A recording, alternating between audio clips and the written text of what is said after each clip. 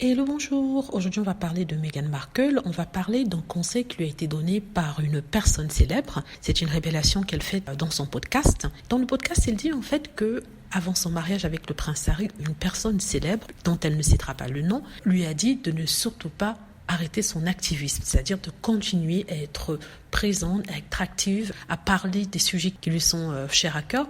On parle ici du féminisme, de la place de la femme. Ce sont des sujets sur lesquels Meghan s'est exprimée bien avant d'épouser le prince Harry et qui a même participé à des réunions, à des meetings et a visité certains pays où les droits de la femme n'étaient pas respectés. Et la dame qui l'a vue lui a dit de ne surtout pas oublier qui elle était. En fait, c'est une façon de lui dire de ne pas oublier qui elle était, de garder ses convictions, de ne pas se laisser happer par la famille royale, de se laisser contrôler par la famille royale.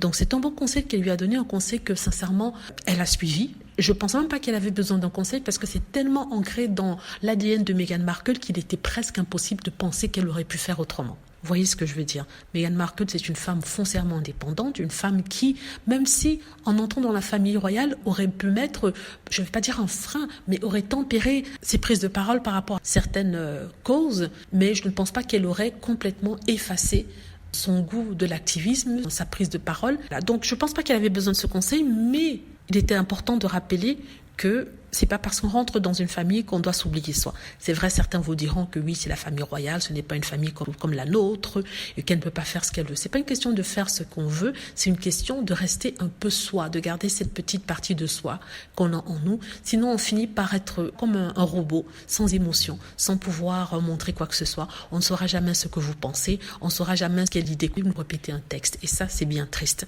Et je crois que ce conseil qui a été donné à Meghan Markle venait du cœur.